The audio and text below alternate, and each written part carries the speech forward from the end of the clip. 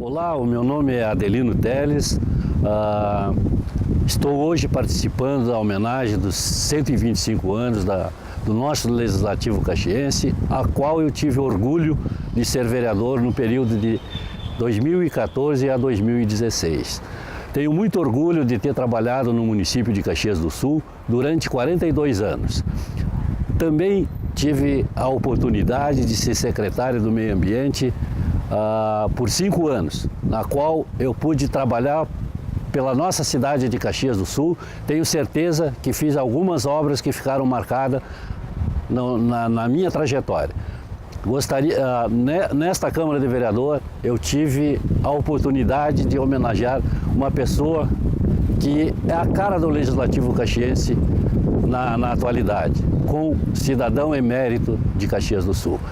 Então, para mim, durante esses 42 anos de vida pública, foi um orgulho ter passado por um Legislativo caxiense, a qual é a segunda cidade maior do estado do Rio Grande do Sul, e é um orgulho para qualquer cidadão ser vereador de Caxias do Sul. Homenagem 125. Meu caro Adelino Teles, o seu convidado, o seu homenageado está aqui conosco hoje. Francisco de Assis Piandorelli. E olha a graça de Deus, porque o Chico hoje está de aniversário. Estamos fazendo a entrevista no dia do aniversário do nosso cidadão emérito, Francisco de Assis Piandorelli, um grande amigo de muitos anos, de grandes passagens, e a gente tem orgulho de, nesta sequência de programas alusivo aos 125 anos da Câmara de Vereadores, trazer um dos personagens mais marcantes que nós tivemos no Legislativo e na cidade. Ele está aqui por conta de tudo que ele construiu ao longo de sua vida. E a gente já começa, Chico, para aproveitar, porque tu tens muitas histórias da tua família, das tuas origens. Tu vem lá do interior. Eu queria cumprimentar o Paulo Cancian, que é uma figura extraordinária, que tem a história de Caxias com ele e que com essas palavras iniciais ele me dá muito alento para prosseguir na caminhada. E ao mesmo tempo que ele abre fazendo uma saudação muito especial ao Adelino Teles, meu padrinho Adelino, querido amigo, que eu tive a possibilidade de ser cidadão emérito através de uma indicação dele que foi apoiado pelos vereadores, né? Eu lembro apenas um, não votou, mas de qualquer forma me senti muito honrado, porque é um ciclo que eu fecho, né? Eu tinha sido homenageado como cidadão emérito de Arroio do Sal. Mas eu creio que não tem nada mais reconfortante do que ter passado por esta casa e ser homenageado com este título.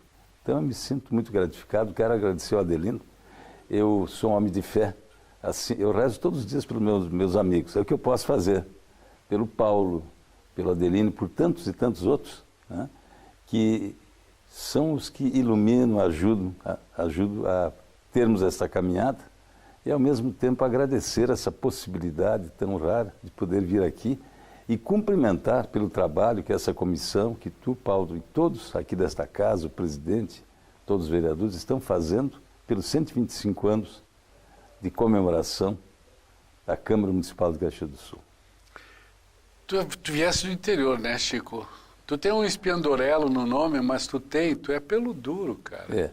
É interessante porque eu me criei numa colônia, né?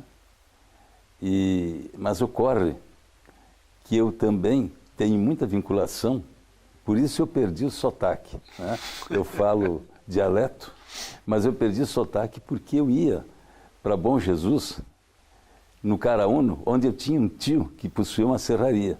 E eu estava muito presente lá para ter a convivência com os primos e acabei me acostumando a tomar chimarrão, a palestrar, né? E acabei perdendo o sotaque. E também porque a minha mãe, chamava-se Líbera Candiago Espiandorello, era professora municipal rural. Ela foi a segunda professora de Caxias do Sul. e ela lecionava no grupo escolar do Burgo. Então ela primava por que nós pudéssemos falar o português o mais correto possível.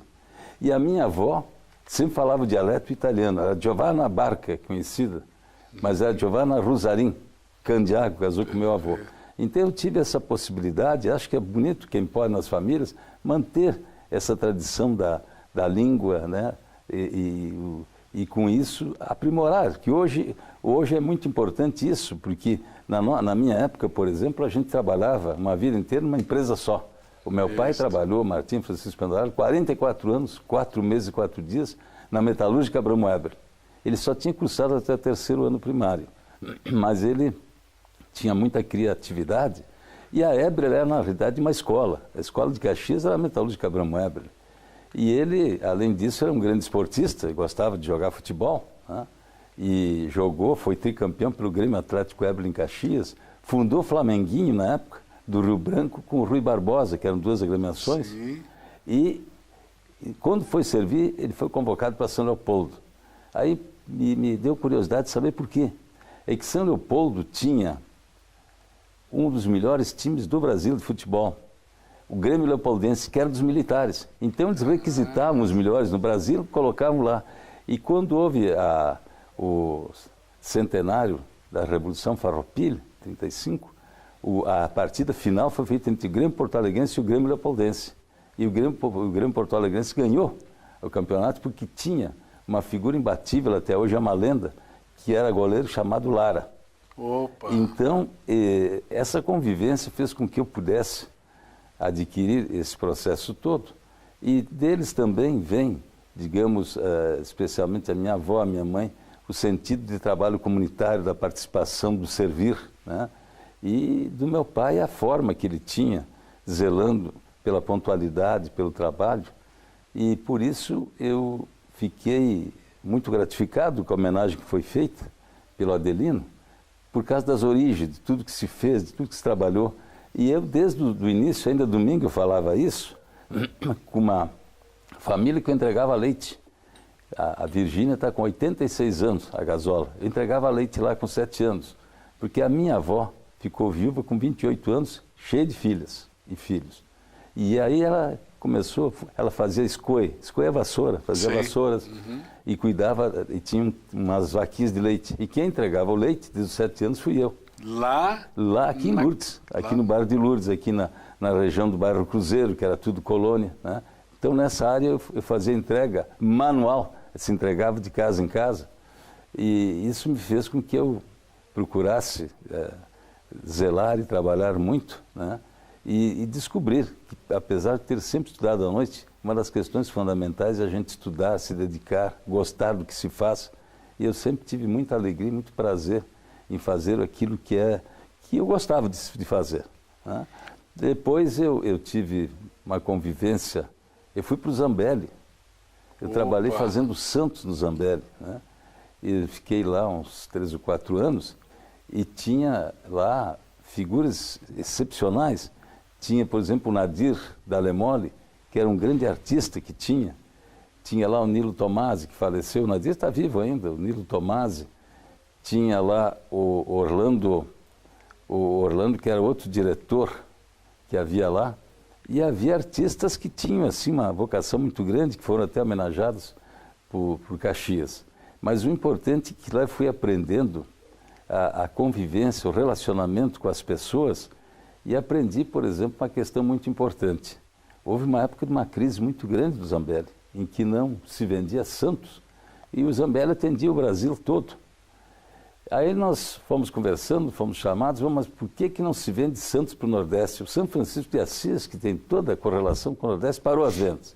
Aí se descobriu que os santos, e nós nos parecemos com os santos, ou seja, nós somos a imagem deles, cada terra, cada povo tem essa imagem. Temos que nos ver neles. Então, o santo São Francisco, corado, bonito, né? E cabelo preto, forte, vendia aqui, era o sul todo. Mas aquele mais moreno, magrinho, né? De cabelo mais preto, esse começou a vender em grande quantidade no Nordeste. Então, se descobriu que que a gente precisa, e se fazia marketing sem conhecer, precisa sempre dialogar muito para poder chegar a algumas conclusões.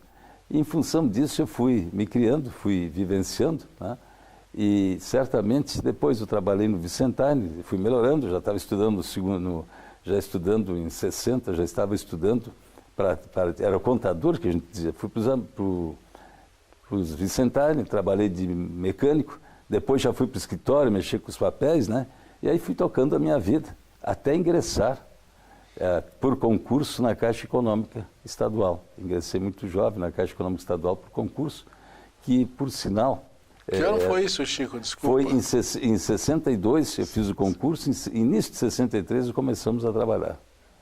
E começamos a trabalhar, onde a Caixa cresceu, fortificou, né? E ela foi fundada pelo Brizola, inclusive. Sim, né? tem toda uma história bonita. E eu, na época, eu fazia política, iniciava política, mas eu estava no PSD, por causa dos Gazola, do Lívio, do Dr. Vivi, do Hermes Weber, desse pessoal todo. Mas, feito o concurso, passou, não tive nunca nenhum problema político por ter esta determinação de outra forma. E quando eu vim para Caxias, então eu instalei a agência em São Pellegrino. O gerente era o Júlio Bertotto, uma figura muito conhecida de Caxias. Tinha o Fausto Finger, o João Cuser, né? E o Atílio Mondadori Alves, que foram os primeiros que vieram aqui trabalhar com a Caixa. E aí nós começamos a trabalhar. Era uma época que a gente tinha muita dificuldade em conseguir clientes, né? E depois, na época já o Guazelli, quando presidente, eu assumi a gerência da Caixa Estadual do Centro. E essa época aí, eu vou te contar, Paulo. Embaixo do caixinha de fósforo, né? Embaixo da caixinha de fósforo, instalamos lá. Só que aí a gente tinha que passar gravata nos clientes para entrar, porque não se conhecia, né?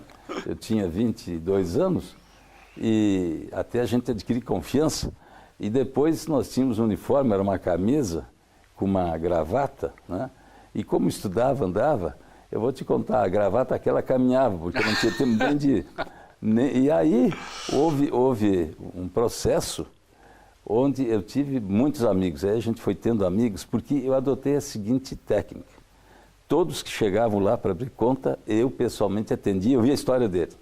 Eu via as histórias dele. Então me contava a história e tal. Dizia, olha aqui, ó, tem filhos pequenos, traz aqui para nós conversar com ele. E aí nós dávamos aquele cofrinho, né? Sim, o cofrinho da Caixa. O cofrinho da Caixa, né? Gaúcha, tostão por tostão. Depois nós dávamos cuia de chimarrão. À medida que ele ia depositando, ele ganhava cuia de chimarrão, tinha um processo. E isso fez com que houvesse grande divulgação, que eles começassem a divulgar muito a Caixa Econômica. E eu tive até um futuro santo que me ajudou muito na área, digamos, dos religiosos, da igreja, que foi o padre João Esquiavo. O padre João Esquiavo foi um dos que mais me ajudou para mim poder entrar nessa área.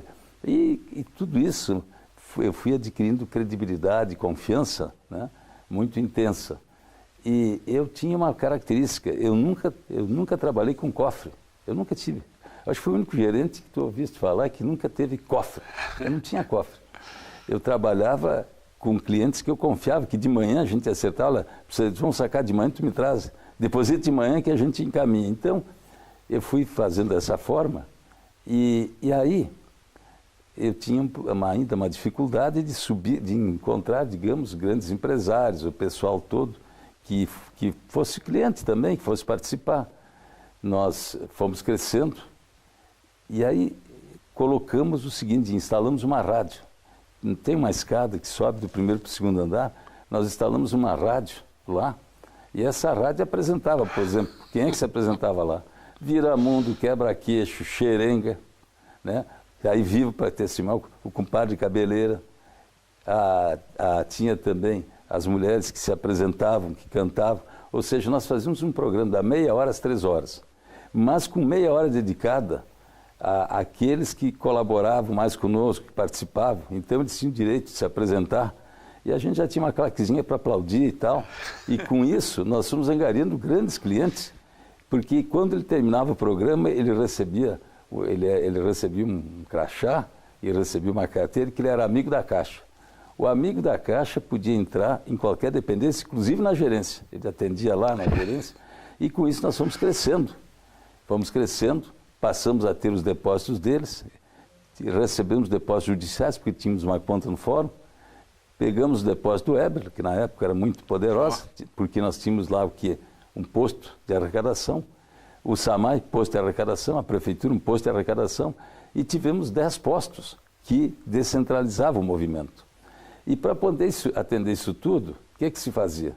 Nós tínhamos lá pessoas de inteira confiança que levavam e traziam o dinheiro, tanto no banco, quanto na Caixa, quanto em Porto Alegre, no Banrisul, que o gerente era o Vitório 13, no Banco do Brasil, o Hélio Soledade, que começavam a dar as folhas para nós ir trabalhando. Quem é que trabalhava lá?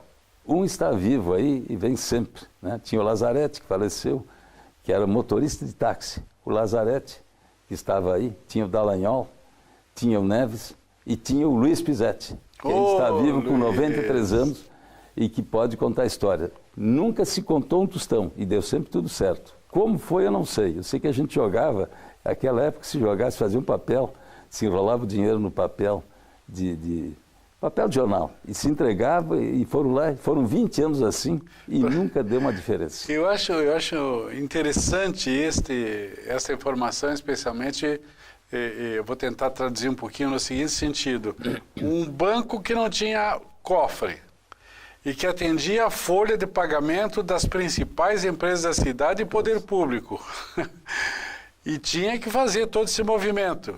E tinha que depositar esse dinheiro ou usar o dinheiro do Banrisul, que era do outro lado da rua, e do Banco do Brasil. E de Porto Alegre, que a gente e fazia isso via táxi, com pessoas que eram de confiança. E o bonito é o seguinte: quando eu saí da gerência, em 1978, eu tinha 90 mil clientes. 87 mil empréstimos. Inclusive, nós lançamos aqui em 1967, o empréstimo universitário, que foi padrão no Brasil. Empréstimo para a área agrícola, para a área rural, hipotecário, imobiliário, papagaio, tudo. E quando a gente sai e vai para a política, muitas vezes, se não se tem rabo, quer colocar um rabo. Eu não tive nenhum. Porque emprestei para a gente, foi para o exterior, para os Estados Unidos, tudo que é lugar, e pagaram. É uma coisa assim que até hoje fico pensando, como é que foi possível, como se trabalhava no fio do bigode, assim como a política aqui também. A Câmara, eu me lembro, palavra dada, compromisso assumido, empenhado, era compromisso cumprido. Quer dizer, era assim. E eu lembro, inclusive um cliente meu, eu só não vou declinar o nome, sou muito amigo da família, ele faleceu. Ele foi campeão de títulos protestados em Caxias. Mas, para mim, ele pagava sempre, porque ele fazia todos os empréstimos em nome da esposa. Mas ele vinha pagar, pagava na mão. E só me dizia o seguinte: Chico, não fala para ninguém que eu estou pagando, senão os credores vão vir atrás de mim e de ti. Não, isso eu não faço, mas trata de cumprir os compromissos. Ele enriqueceu 3 vezes. Empobreceu 4, porque tinha um vício doloroso, jogava.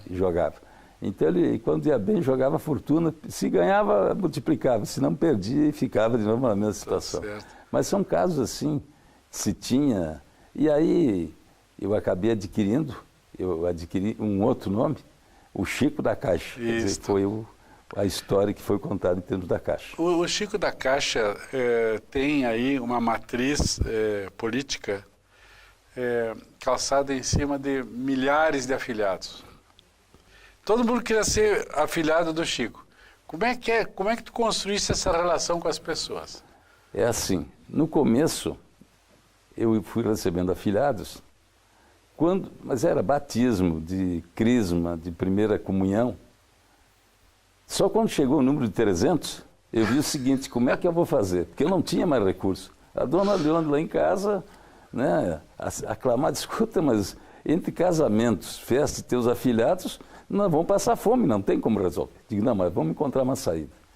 O que é que se fazia? Era assim: se fosse padrinho de batismo, de crisma, né, ou de primeira comunhão, eu dava presente, porque na época se dava presente até ele completar, até trabalhar ou completar 18 anos. Se trabalhasse 16, o compromisso era o seguinte, que aos 14 podia trabalhar. Ele tinha que dar um presente para mim poder dar para os novos afiliados ou para aqueles que tinham. Quer dizer, eu acabei recebendo presentes. Então, aí depois de um tempo começou a equilibrar. Eu recebia tantos presentes quanto aqueles que eu tinha que dar. E aí estava tudo bem, quer dizer, foi se resolvendo, né? E é uma alegria que a gente tem, assim como foi quando eu lecionei, comecei a lecionar desde muito cedo, no Carmo, né? Eu lecionava no Carmo. Depois nós fundamos em 68 o ginásio orientado para o trabalho, lá no Imigrante. E fiquei muitos anos lá, e foi o primeiro que a gente teve, e depois lecionei na Universidade de Caxias. Mas eu sempre, quando me encontro com os meus alunos, que é bom, nem todos a gente lembra, mas visualiza, eu sempre vejo os que... Sempre eu fico muito feliz quando estão melhores que o professor. Se eles aprenderam, sabem mais, estão melhor colocados que o professor, é ótimo sinal. É sinal que a gente foi um bom professor. E eu tenho um carinho muito grande por essas centenas e centenas de alunos que eu tive, porque foi uma fase assim também maravilhosa. A gente parece que não sentia, né? E tive lá no ginásio Imigrante, inclusive, nós estávamos aí, até uma vez eu já falei isso para o Cancian, tinha o professor Valentim, que faleceu. Valentim Lazarotto. Lazarotto, tinha o Gregoleto, tinha o Wilson, o Wilson da Lavec, que chutava muito bem, e tinha ali, que eu lembro mais, o zagueirão era lá, aqui da Câmara dos Comércios, o Plínio Melhorança. O Plínio. Então nós tínhamos uma turma, eu estou colocando isso assim para colocar o núcleo todos, e creio que foi uma época maravilhosa. Quer dizer, como se fazia, a gente ia jogar futebol às 10h30 da noite, mas tinha um barrilzinho de chopp lá que ajudava a gente a terminar o jogo, para no outro dia estar em forma de novo. Tá então certo. foi uma época excelente, muito boa, na Caixa, né? E até eu fui chamado uma vez, achavam, se reuniam aí os graúdos, achando que ia quebrar o sistema financeiro pela forma que dá empréstimo para todo mundo. Na realidade, se popularizou os empréstimos, que só se dava empréstimo aqui para quem tinha telefone, automóvel, casa, etc. E aí, quando se popularizou, a Caixa Econômica tem essa grande virtude. Democratizar o acesso ao crédito. Acesso ao crédito. E o resultado foi extraordinário. Houve um momento, Chico, em que a agência de Caxias era a mais renomada, de melhor movimento, era referência no Estado, né, do teu trabalho. Aí tu resolves entrar na política. E na política tu faz toda uma carreira vencedora. E especialmente aqui na Câmara tem um trabalho muito bonito, um trabalho... quem conhece a Câmara de Vereadores, eu convido a todos para virem conhecer a estrutura da Câmara de Vereadores, que é uma das melhores do país, né? O Chico teve a oportunidade de participar. Como é que foi esse ingresso na política, Chico? E a Câmara? Foi assim.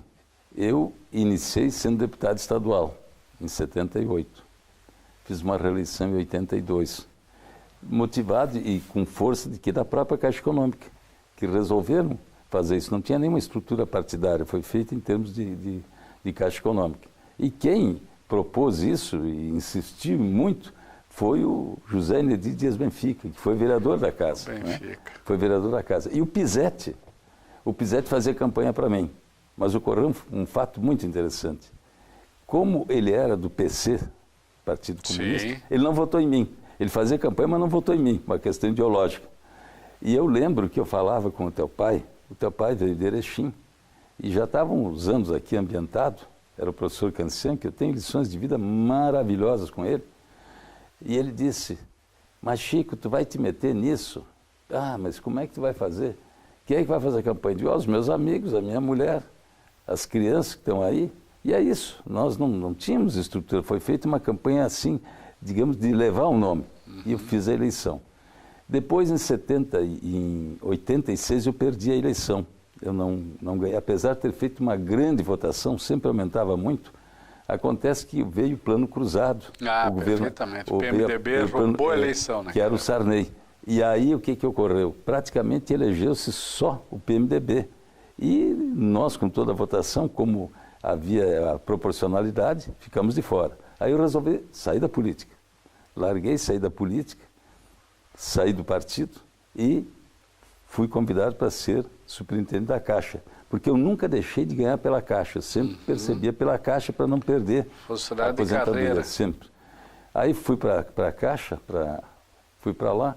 Quando eu estava lá, em 89, foi feito um grande financiamento da Caixa com a Prefeitura de Caxias, o primeiro plano habitacional que houve para valer aqui.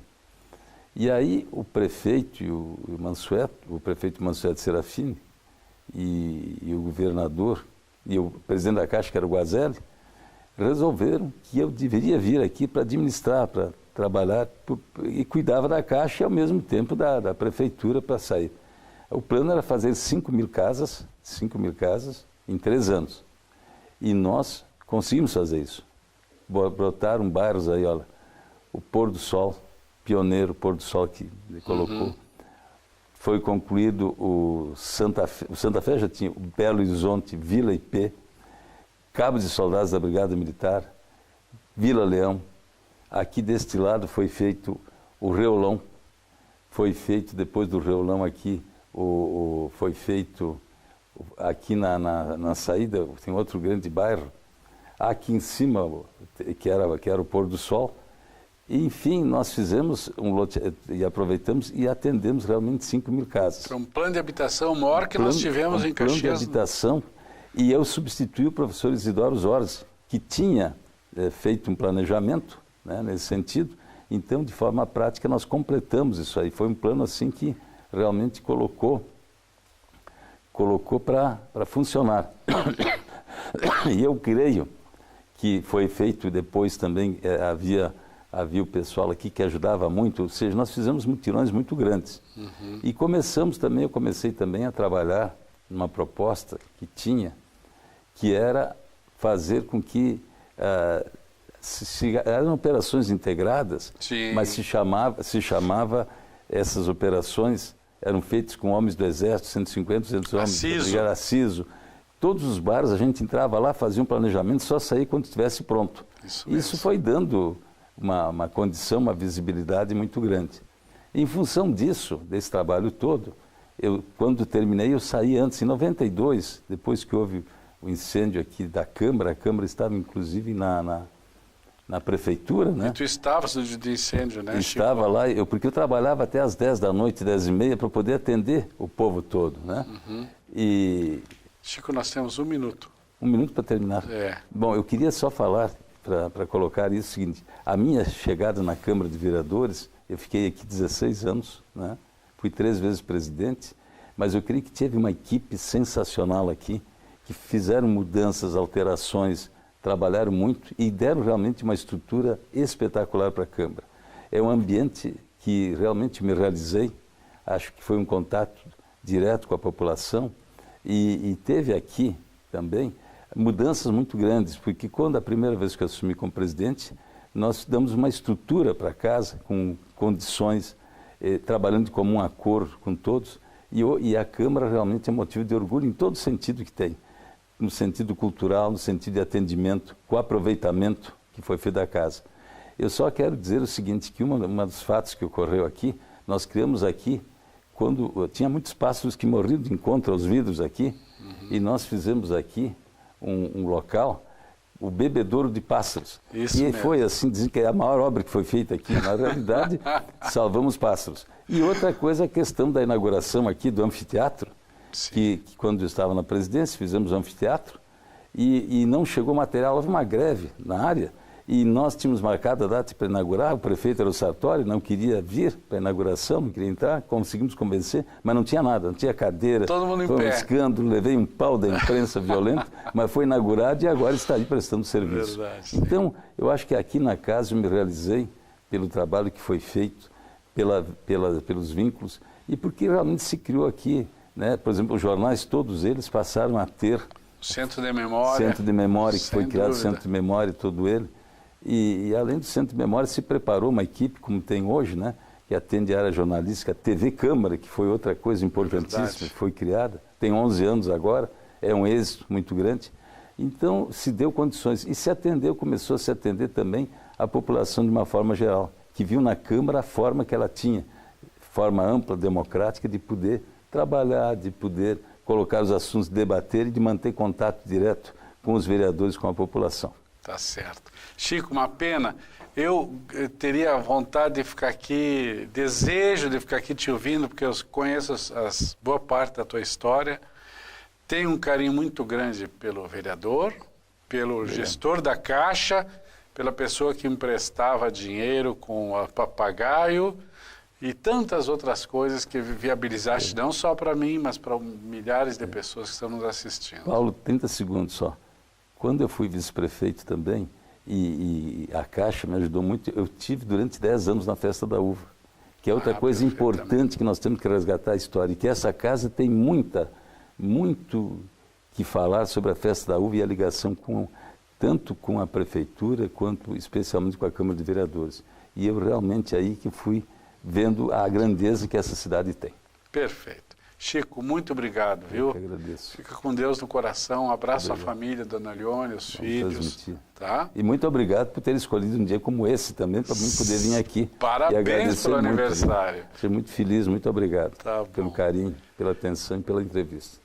Chico, um abraço, meus amigos queridos. Olha, nós estamos chegando ao final de mais um programa. 125 anos da Câmara de Vereadores de Caxias do Sul, hoje com Chico Spendorélo. Na semana que vem a gente está de volta com mais um homenageado. Até lá. Homenagem 125.